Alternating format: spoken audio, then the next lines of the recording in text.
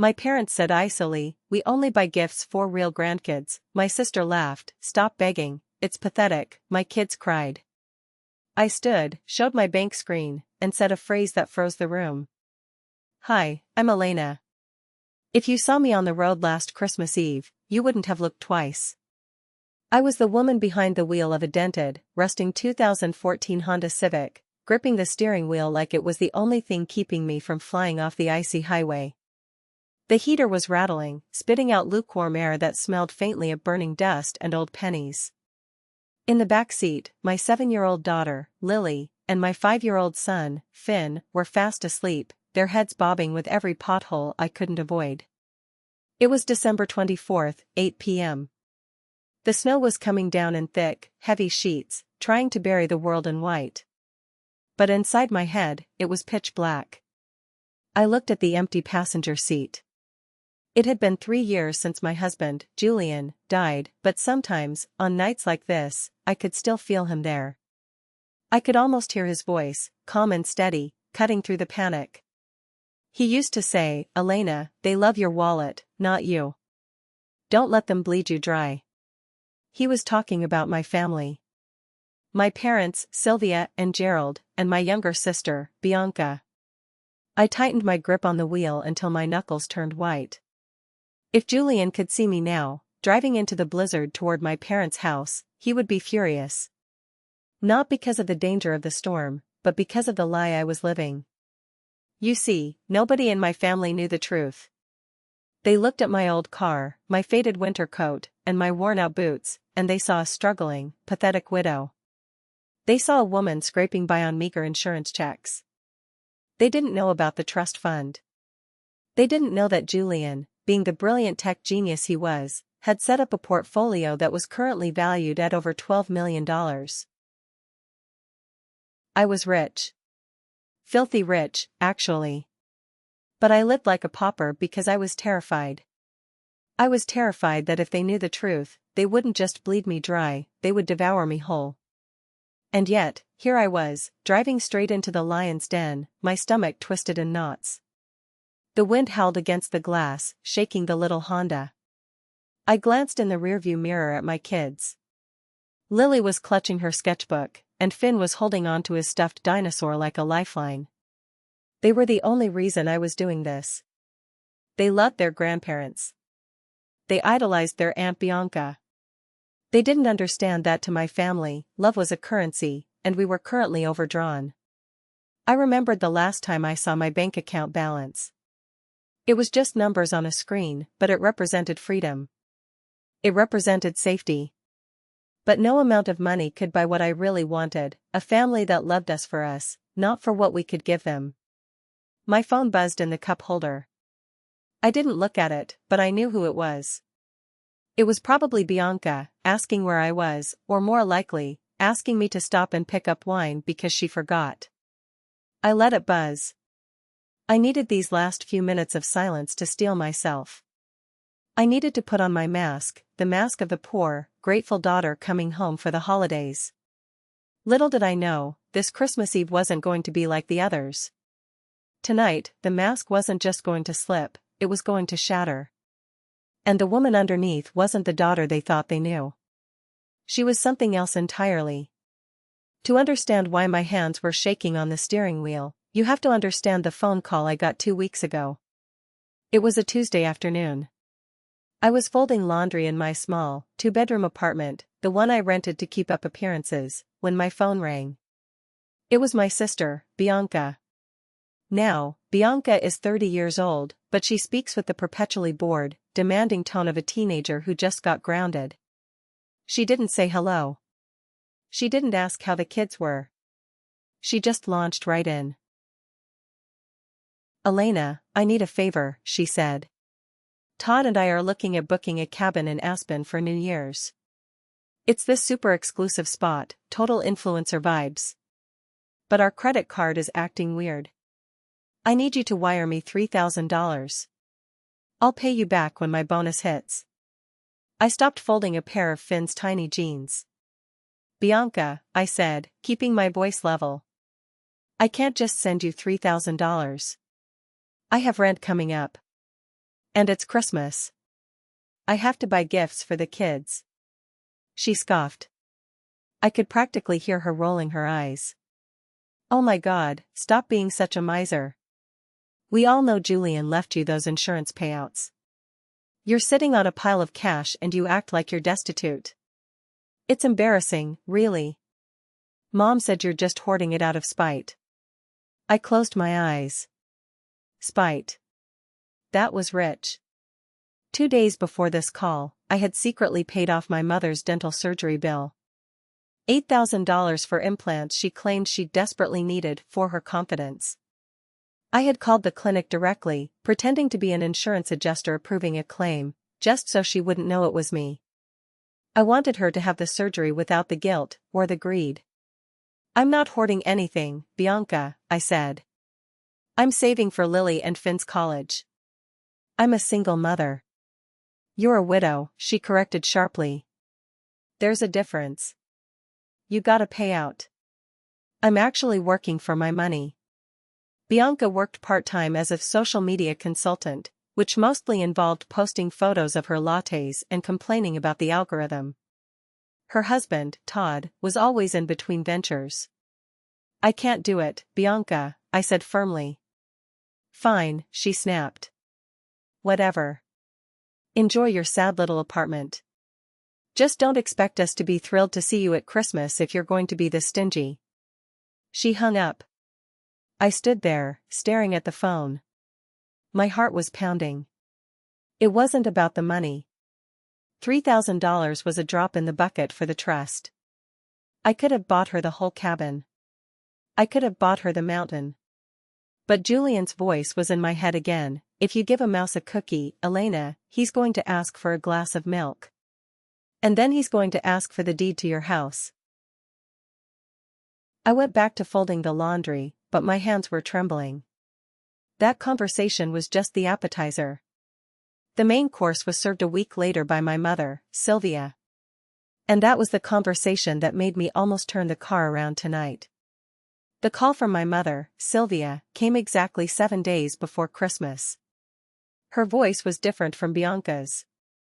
It was syrupy, sweet, coating her toxicity in a layer of fake concern that made it hard to swallow.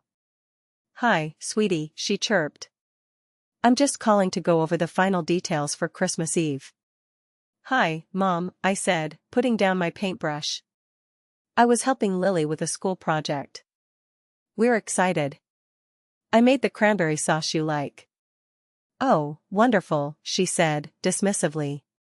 Listen, Elena, your father and I have been talking. We need to manage expectations this year. I froze.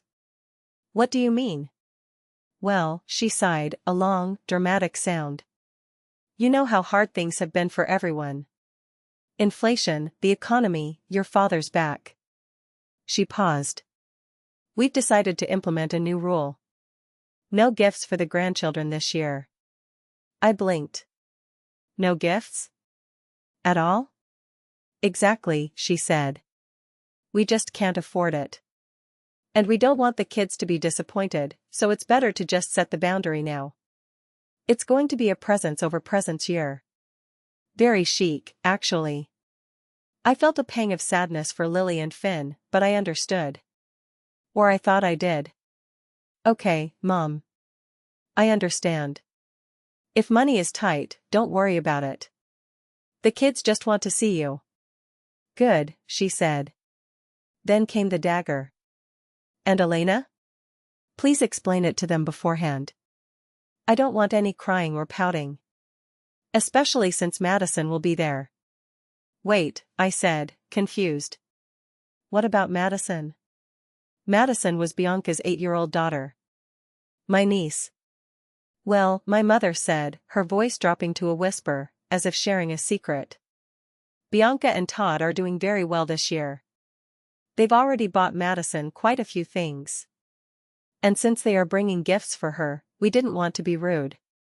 So we got Madison a few small things too. Just to be fair. My blood ran cold. Mom. Are you saying you bought gifts for Madison, but not for Lily and Finn? It's different, Elena, she said, her tone hardening.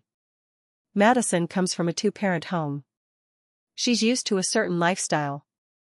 Your kids, well, without a father, they need to learn resilience early. They can't expect the world to hand them things. It's a good lesson for them. Besides, Julian is gone. It's not like he's there to be offended. I almost dropped the phone. The cruelty was breathtaking. She was using my husband's death as a justification to exclude his children. You're punishing them because their father died? I whispered, my voice shaking. Don't be dramatic, Elena, she snapped. We're just being realistic. Bianca's family is established. Your situation is tragic, yes, but we can't drain our retirement trying to fill the hole Julian left. Just bring the cranberry sauce. And make sure the kids are well behaved. She hung up before I could scream. I stood in my kitchen, staring at the wall. I wanted to cancel. I wanted to take the kids to Disney World and never look back.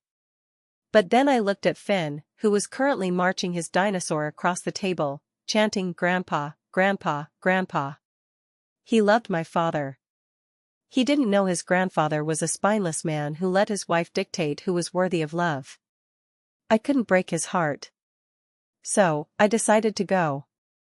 But as I drove through the snow tonight, I wasn't going as the daughter seeking approval. I was going as a mother protecting her cubs. And I had a secret weapon in my pocket, my phone, connected to the bank account that could buy and sell their entire reality. Back in the car, the GPS announced, arriving at destination in 2 minutes.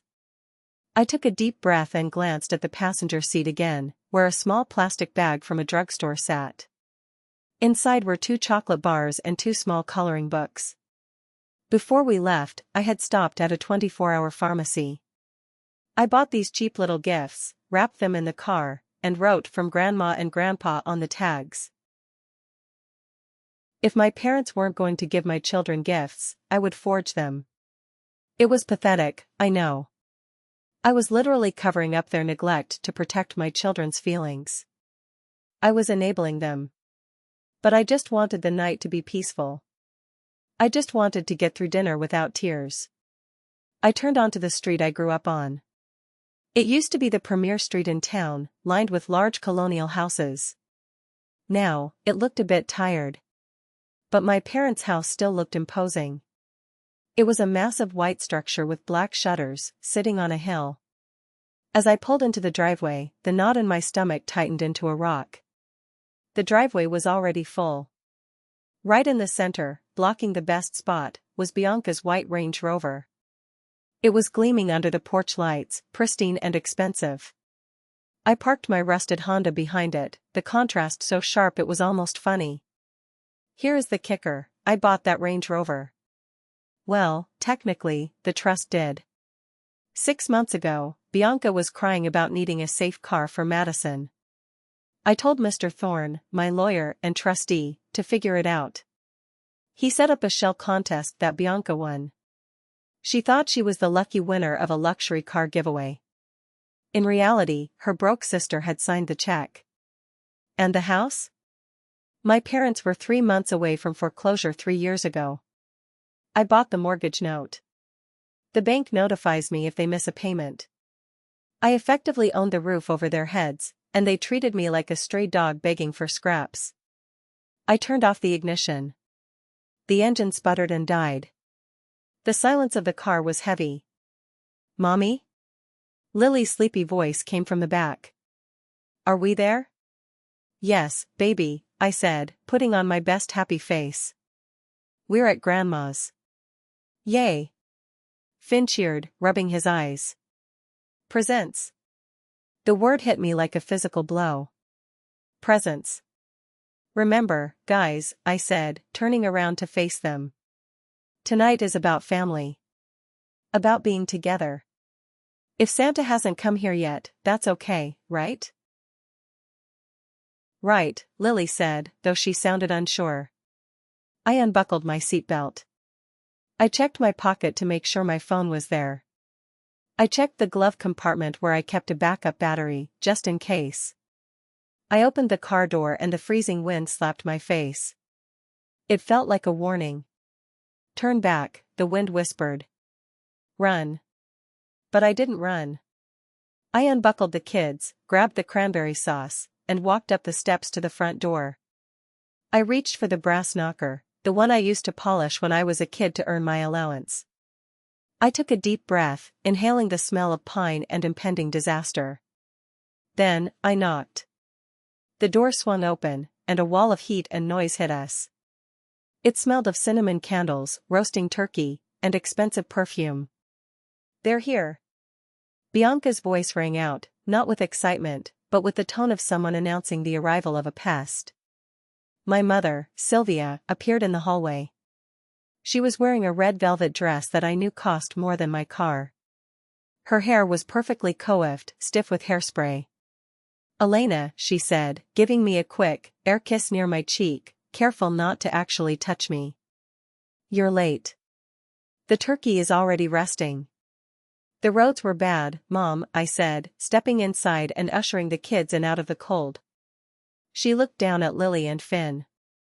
They were bundled in their puffy winter coats, good quality, but bought second-hand. Oh, look at you two, she said, her smile not reaching her eyes. Take those wet boots off on the mat. Don't ruin the hardwood. We just had them refinished. Hi, Grandma. Finn shouted, running to hug her legs. She stiffened, patting his head with 2 fingers like he was a sticky railing. Hello, Finn. Gentle, gentle. This dress is dry clean only. She pulled away quickly. Go on into the living room. Madison is playing. We walked into the living room, and the scene was like something out of a magazine. A 12-foot Christmas tree stood in the corner, absolutely buried in lights and ornaments. And under the tree, oh God. It was a mountain. There were dozens of boxes wrapped in gold and silver paper. Big boxes, small boxes, boxes shaped like bicycles. It looked like a toy store had exploded. Lily stopped in her tracks, her eyes going wide. Wow, she whispered. I felt a surge of nausea. Mom had said no gifts. She had said presents over presents. But clearly, that rule only applied to us. Bianca was lounging on the sofa, holding a glass of wine. She was wearing a glittering silver jumpsuit. Her husband, Todd, was sitting in the recliner, scrolling on his phone. Madison, my niece, was sitting in the middle of the floor, already surrounded by opened boxes, an early start, apparently. She was holding a brand new iPad. Look! Madison yelled, holding it up. Grandma got me an iPad Pro. Finn took a step forward. Did Grandma get me one? The room went silent. Bianca laughed, a sharp, barking sound. Oh, honey. iPads are for big girls who get straight A's. Maybe when you're older. I looked at my mother. She was busy adjusting a wreath on the mantelpiece, refusing to meet my eyes. Come on, kids, I said, my voice tight. Let's put our coats in the hallway. As I hung up their coats, I saw the pile of gifts again. I scanned the tags. To Madison. To Madison. To Madison. To Bianca. To Todd. There wasn't a single tag with the name Lily or Finn. Not one. The contrast between the cousins was heartbreaking. Madison was dressed in a boutique velvet dress with matching patent leather shoes. Lily was wearing a cute red sweater I had knitted for her and jeans. Finn was in a button-down that used to belong to a cousin on Julian's side. They looked clean and happy, but next to Madison, they looked less. And my family made sure we felt it. My father, Gerald, wandered in from the kitchen holding a scotch. He looked older than the last time I saw him. His face was flushed. Hello, Elena, he grunted.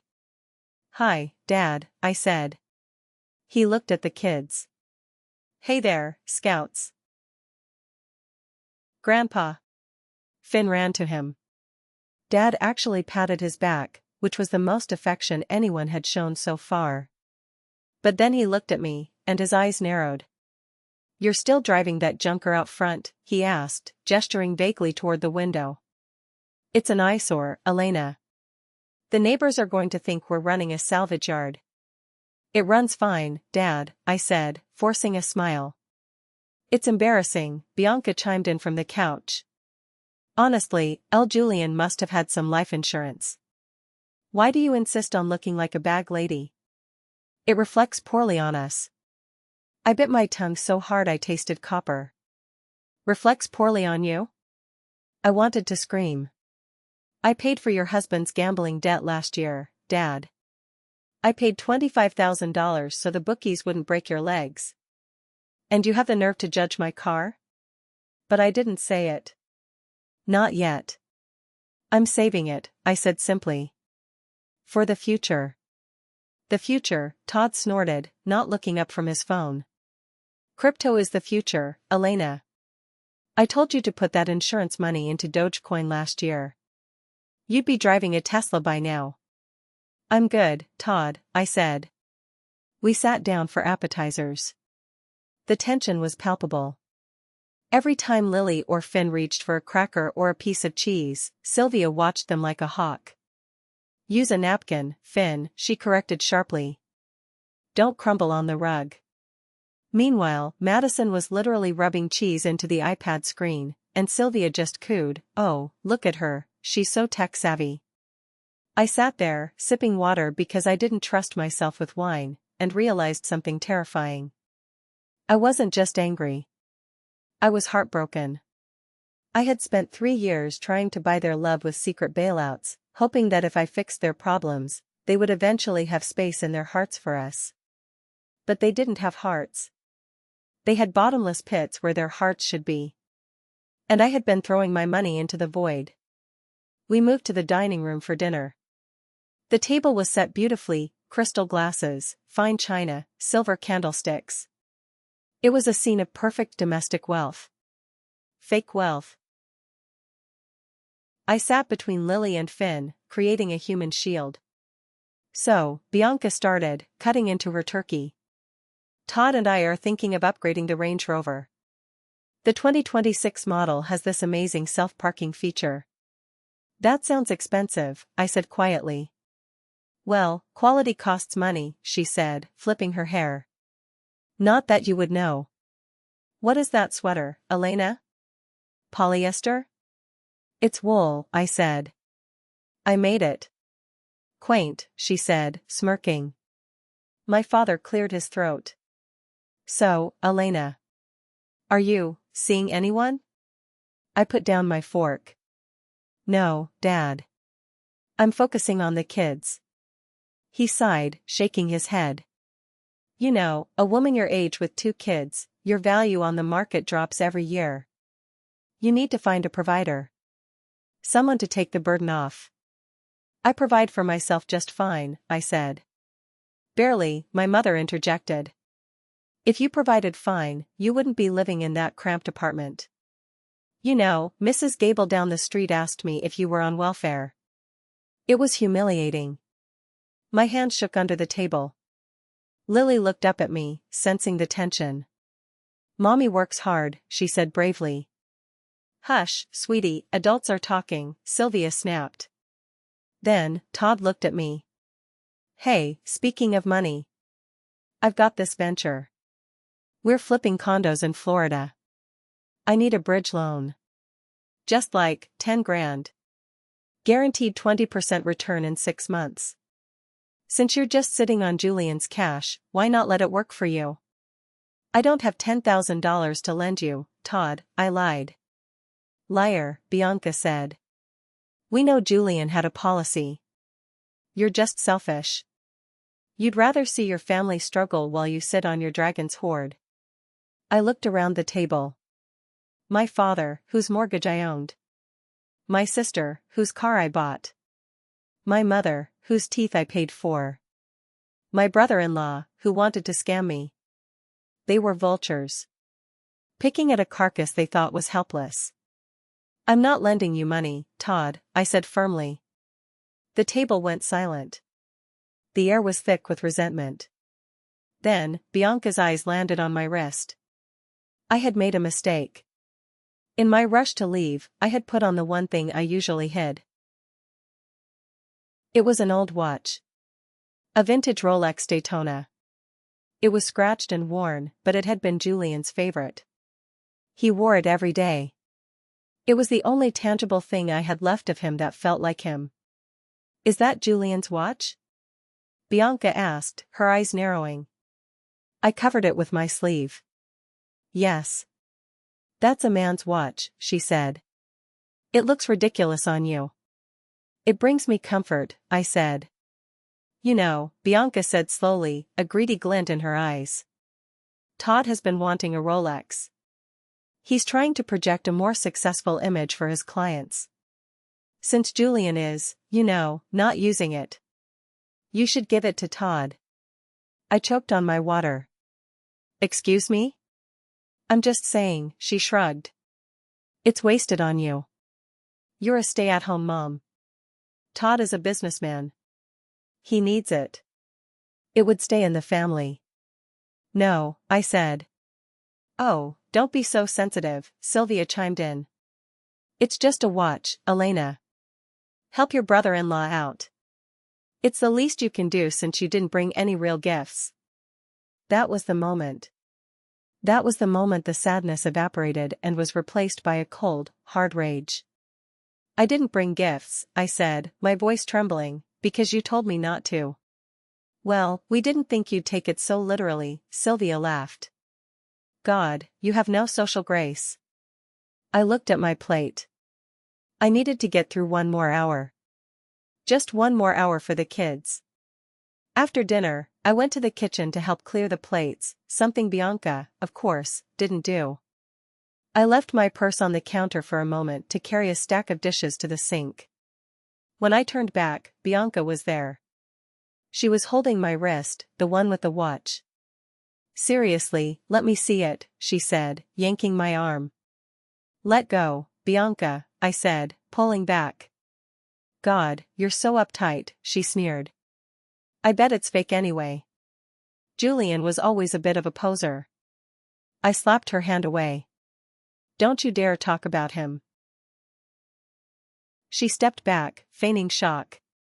"Whoa. Psycho much?" "I'm just saying. If you really loved this family, you'd want Todd to succeed. But you don't. You want us to fail so you can feel superior in your little tragedy bubble." She leaned in close, her breath smelling of expensive wine. "You know why Mom and Dad prefer me? Because I'm fun. I'm alive. You? You're just a walking funeral." She spun around and walked back into the living room, leaving me shaking in the kitchen. I gripped the counter. I looked at the reflection in the dark window. A walking funeral. Maybe she was right. Maybe I had been dead for 3 years. But as I looked at my reflection, I saw something else. I saw the woman Julian loved. The woman who managed a $12 million portfolio. The woman who controlled the fate of everyone in this house. I wasn't a walking funeral. I was the executioner. And the trial was about to begin. I walked back into the living room. It was time for presents. Before we get to the part where everything explodes, I have a small favor to ask. If you're enjoying this story, if you're feeling the frustration and the anger building up, please take a second to hit that like button and subscribe to the channel. And drop a comment below telling me, what city are you listening from? Are you in New York? London? Sydney? I love seeing how far these stories travel. Every comment helps this video reach more people who need to hear it. Thank you so much. Now, back to the living room. The living room was glowing with the light of the Christmas tree. Traditional holiday jazz was playing softly from the surround sound speakers. It should have been cozy. It felt like a courtroom. "Okay. Present time," Bianca announced, clapping her hands. She sat on the velvet sofa, pulling Madison onto her lap. Todd sat on the armrest, looking bored but expectant. My parents sat in their matching armchairs, looking like royalty presiding over their court. I sat on the floor with Lily and Finn, near the back. Let's see what Santa brought. Sylvia beamed. She reached for a large box wrapped in gold foil. This one is for Madison. Madison shrieked and tore into the paper. It was a brand new gaming console. A PS5. Wow. Todd whistled. Nice one, Mom. Only the best for our bright star, Sylvia cooed. Next box. Gold paper. 4. Madison. A designer coat. Next box. 4. Madison. A set of deluxe art supplies, the kind that cost $300. Lily gasped softly. She loved to draw. She was clutching her own sketchbook, a spiral-bound notebook from the dollar store. And this one, Sylvia said, handing a heavy, rectangular box to Todd. For our hard-working son-in-law. Todd opened it. A box of Cuban cigars and a bottle of Blue Label scotch. Thanks, Gerald. You're the man. And for my beautiful Bianca, Dad said, handing her a small velvet box. Bianca opened it and gasped. Diamond earrings. Oh, Daddy, I love them. She ran over and hugged him. Thank you, thank you. I sat there, frozen. Box after box was opened. Expensive clothes, gadgets, jewelry. The wrapping paper piled up around Madison like snowdrifts. Lily and Finn sat perfectly still. Their hands were in their laps. They were watching with wide eyes, waiting for their names to be called. 10 minutes passed. 15. The pile of gifts under the tree was shrinking rapidly. Finally, there were only 2 boxes left. And these are for Madison. Sylvia announced cheerfully. My heart stopped. That was it. The tree was empty. Lily leaned over to me and whispered, Mommy? Did Santa forget us? I felt tears prick my eyes. I looked at Sylvia.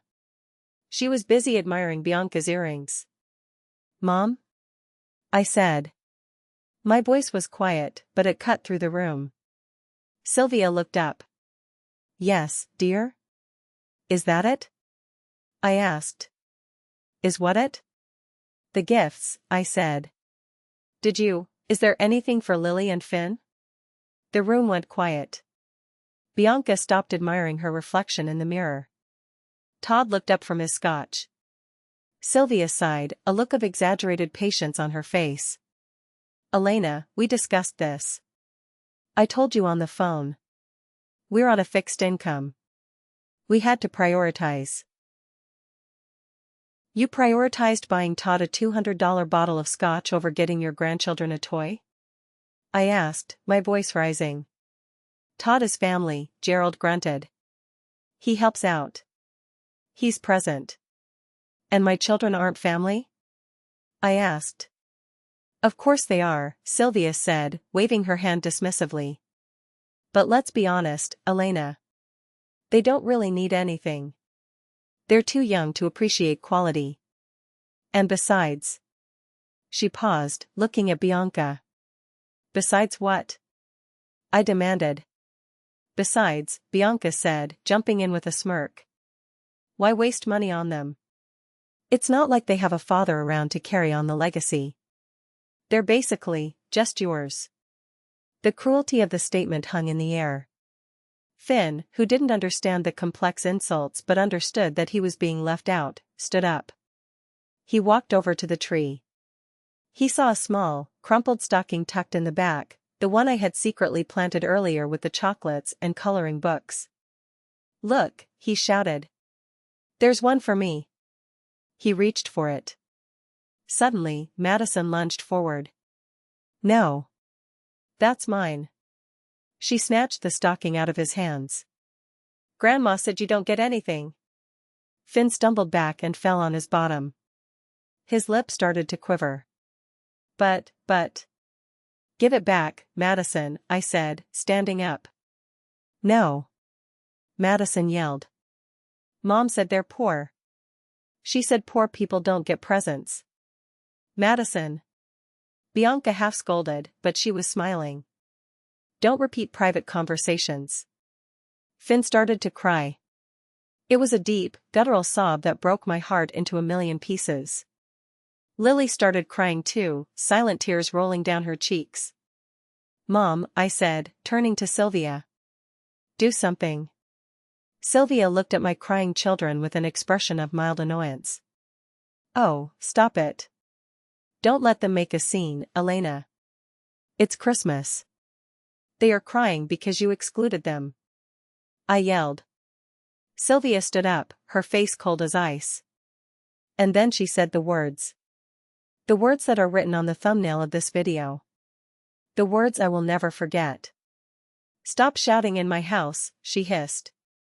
We only buy gifts for real grandkids. The ones with a future. The ones from a stable home. Your kids are just baggage. Unfortunate baggage. I felt the air leave my lungs. Bianca laughed, swirling her wine. Seriously, Elle, stop begging. It's pathetic. Just accept that you're the charity case of the family. Something inside me snapped. It wasn't a loud snap. It was a quiet, final click. Like a lock turning. The sadness vanished. The guilt vanished. The need for their approval? Gone. I looked at my crying son. I looked at my terrified daughter. And then I looked at these four people, my parents, my sister, her husband. I realized I didn't hate them. I just didn't care about them anymore. They were strangers. And strangers didn't get to live on my payroll. I stopped comforting the kids. I stood up straight. I wiped my face. My expression went completely blank. The sudden silence from me was unnerving. Bianca stopped laughing. Sylvia frowned. What? Bianca asked. Are you going to cry? Go ahead, run away. I didn't answer. I reached into my pocket and pulled out my iPhone. Who are you calling? Gerald asked. Don't you dare call a taxi. We're not done here. I'm not calling a taxi, I said. My voice was incredibly calm. It sounded like Julian's voice. I tapped the screen. I scrolled to a contact labeled Thorne Emergency. I hit dial. I put it on speaker. The phone rang once. Twice. Mr. Thorne speaking, a deep, professional voice answered. Mr. Thorne, I said. It's Elena. Elena? He sounded surprised. It's Christmas Eve. Is everything all right? No, I said, staring directly into my mother's eyes. It's not. I need you to execute Protocol Omega. The room went dead silent. Protocol Omega. It sounded dramatic, because it was. It was the nuclear option Julian and I had discussed once, jokingly, in case I ever got kidnapped. But I had repurposed it with Thorne for a different kind of emergency, the cut everyone off emergency. Protocol Omega, Thorne repeated. His tone shifted instantly from friendly to military-grade sharp. Are you sure, Mrs. Vance? That is a permanent action. I am sure, I said. Effective immediately. Understood, Thorne said. I could hear typing in the background. I am initiating the termination of all third-party recurring transfers. What is this? Bianca asked, looking nervous. Who is that? I held up a hand to silence her. Thorne, please list the active transfers for the room. Certainly, Thorne said. His voice boomed through the speaker. Item 1, monthly stipend to Gerald and Sylvia Mitchell. Amount, $8,000. Status, cancelled.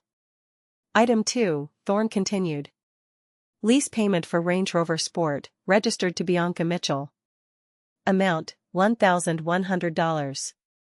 Status, cancelled. Repo order sent.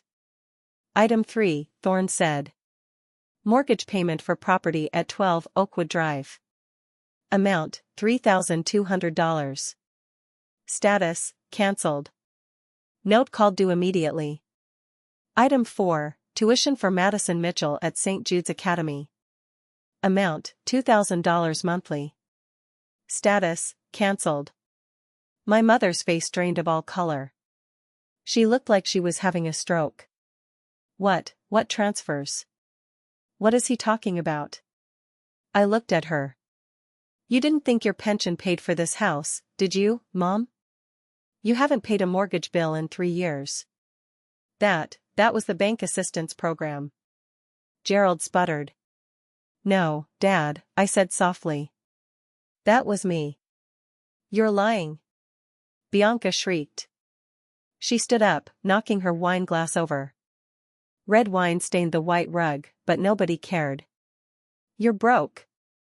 You drive a Honda. Thorne, I said. Send the visual summary to my phone. Sent, Thorne said. I tapped a button on my phone. Connecting to living room Samsung TV. The giant TV screen flickered. Then, it mirrored my phone screen. A spreadsheet appeared. It was titled, The Mitchell Family Subsidies, 2022 to 2025. I scrolled. Row 1, Mom's dental surgery. $8,000. Paid by Elena Vance. Row 2, Dad's gambling debt settlement. $25,000. Paid by Elena Vance. Row 3, Bianca's credit card payoff. $15,000. Paid by Elena Vance. Row 4, Range Rover down payment. $12,000. Paid by Elena Vance. I kept scrolling. The numbers blurred together. Total support, $1,450,000. $1.4 million, I said, pointing at the screen. That is what my husband's trust has spent on this family in the last 3 years. Money that could have gone to Lily and Finn. Money I spent on you because I thought you were family. The room was frozen. Shaking. Todd looked at the screen, his mouth open. You have millions? I do, I said. And you wanted to borrow 10 grand? Please. I could buy your entire company with my pocket change. I turned to my mother. She was clutching her chest. But why didn't you tell us, she whispered. Because I wanted to see if you loved me, I said. Or if you just loved what I could give you. And tonight, you gave me my answer. You don't love me. And you certainly don't love my children. I looked at the pile of gifts under the tree. The iPad. The jewelry. The scotch. I paid for all of this, I said. Every single present under that tree was bought with money I gave you for your bills. You used my money to buy gifts for everyone except my children. Elena, wait, Gerald said, standing up. His voice was shaking. We didn't know. We can fix this.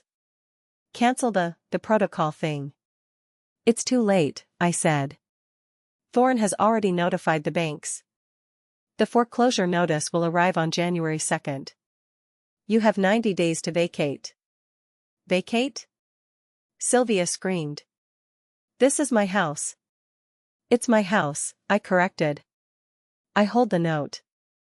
And I'm evicting you. You can't do this to your own mother. You just told my children they were baggage, I said coldly. I'm just lightening your load.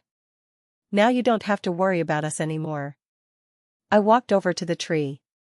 I bent down and picked up the crumpled stocking that Madison had thrown on the floor. I dusted it off and handed it to Finn. Come on, kids, I said. We're leaving. But, my car? Bianca whimpered. Elena, I need my car. I have an image to maintain. I stopped at the door. I looked back at my sister. The golden child. The bully. Uber is very convenient, I said. Or maybe you can walk. It builds character. Elena. Sylvia wailed. Please. We're sorry. We were just stressed. Merry Christmas, I said. And I closed the door. We walked out into the snow. The air was freezing, but it felt clean. It felt pure. I buckled the kids into the Honda. My hands weren't shaking anymore. Mommy? Lily asked from the back seat as I started the car. Are they mad at us? I turned around. No, sweetie. They aren't mad. They're just experiencing consequences. And we aren't going to see them for a very long time. Because they were mean? Finn asked. Yes, I said. Because they were mean. And because you two are the most important things in the world to me. And nobody gets to make you cry. Are we really rich? Lily asked, her eyes wide. I laughed. A real, genuine laugh. Yes, baby. We are. And tomorrow morning, we're going to go online and you can pick out whatever you want. Legos, art sets, a pony, okay, maybe not a pony. But close. Yay!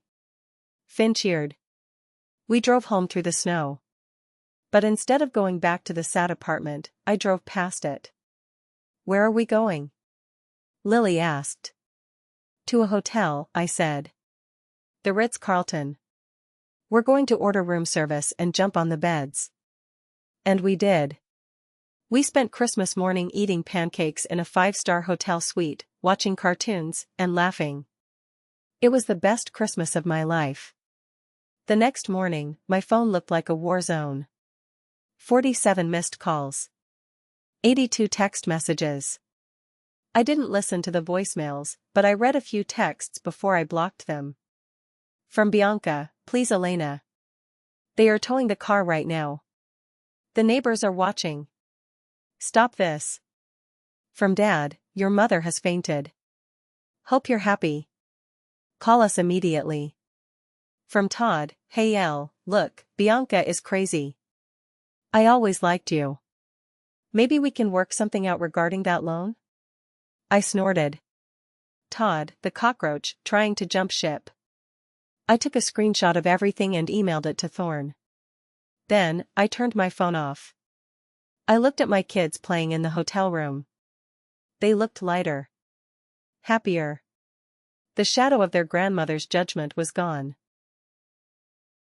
I realized then that I hadn't just saved my money. I had saved their souls. I had saved them from growing up thinking they were second-class citizens. January was a busy month. Mr. Thorne handled everything with surgical precision. The foreclosure process on my parents' house was swift. Because I held the private mortgage note and they hadn't technically paid a dime in 3 years, since I was paying it for them, they were in default instantly.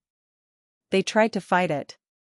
They hired a cheap lawyer who sent me a threatening letter about elder abuse. Thorne sent back a binder.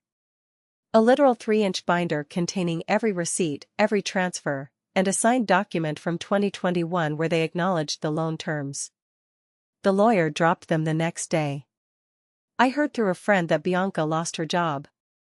Apparently, she had been putting personal expenses on her company card, assuming rich sister Elena would cover the bill eventually. When the bill came due and I wasn't there, she was fired for embezzlement. The house was sold at auction in March. My parents walked away with nothing. I didn't go to the auction, but I heard about the garage sale. They had to sell almost everything to afford the deposit on a small 2-bedroom apartment in a bad part of town. My friend sent me a photo. It was a picture of the no gifts Christmas tree, lying on the curb with a free sign on it. It was poetic justice. They had tried to erase my children. In the end, they erased themselves. Todd divorced Bianca in April. He moved to Vegas to pursue poker. Bianca moved in with my parents, sharing a bedroom with Madison. I heard Madison was in public school now, and frankly, I hoped it would be good for her. Maybe she would learn that iPads don't grow on trees. 1 year later. I'm sitting on the patio of a beautiful beachfront house in Sarasota, Florida. The sun is setting, painting the sky in purple and gold. Lily is sitting at an easel, painting the ocean with the best oil paints money can buy. Finn is running on the sand with a golden retriever named Lucky. I sold the old Honda. I drive a Volvo now, safe, reliable, but not flashy. I still don't like showing off. But we are happy. The air here is warm. The neighbors are kind. We have friends who don't care about my bank account. I think about Julian every day. I think he would be proud. I protected the wallet, yes. But more importantly, I protected the hearts. Yesterday, a letter arrived. It had no return address, but I recognized the handwriting. It was shaky and spidery. Sylvia. I almost threw it away. But curiosity got the better of me. I opened it. Dearest Elena, I know we haven't spoken. Things are very hard here. Your father's back is worse. The apartment is cold. Bianca is depressed. We are family, Elena. We made mistakes, yes. But isn't forgiveness divine? We miss the kids. We miss you. And we are 3 months behind on rent. Please, call us. Let us come visit you in Florida. We can be a family again. Love, Mom. I read it twice. The audacity was impressive. Even now, after everything, she still thought she could manipulate me. She didn't miss me. She missed the ATM. I stood up and walked down to the water's edge. I had a lighter in my pocket, I use it for candles. I held the corner of the letter and flicked the lighter. The flame caught the paper. I watched the words Dearest Elena turn to black ash. I watched We Are Family curl up and disappear. I let the burning paper drop onto the wet sand, where the ocean washed it away instantly. I looked at my kids. They were laughing. They were free. So, here is my question to you. Looking at the ashes of that letter and my children playing in the surf, tell me, am I wrong? Am I wrong for erasing the people who tried to erase my children? Or should I have given them one more chance for the sake of blood? Personally, I think blood is just biology. Loyalty is a choice. And they made theirs. Thank you for listening to my story. If you believe that protecting your children comes before toxic loyalty, please hit that like button and subscribe to the channel. Let me know in the comments how you would have handled that dinner. Would you have flipped the table?